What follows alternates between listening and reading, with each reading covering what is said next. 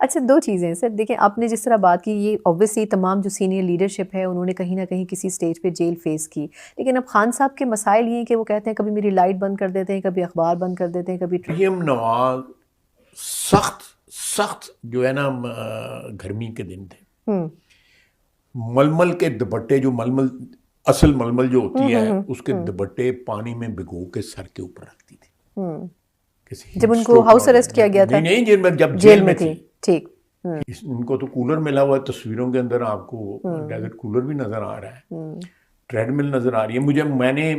वो फिर क्यों कहते थे एसी उतरवा दूँगा? हाँ, खान साहब क्यों खड़े एसी होके कहते ड्रामा थे? कोई एसी तो लगा ही नहीं हुआ था।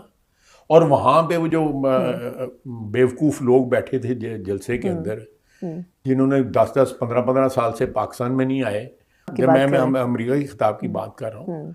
और वो उनको they have absolutely no clue कि हुँ। पाकिस्तान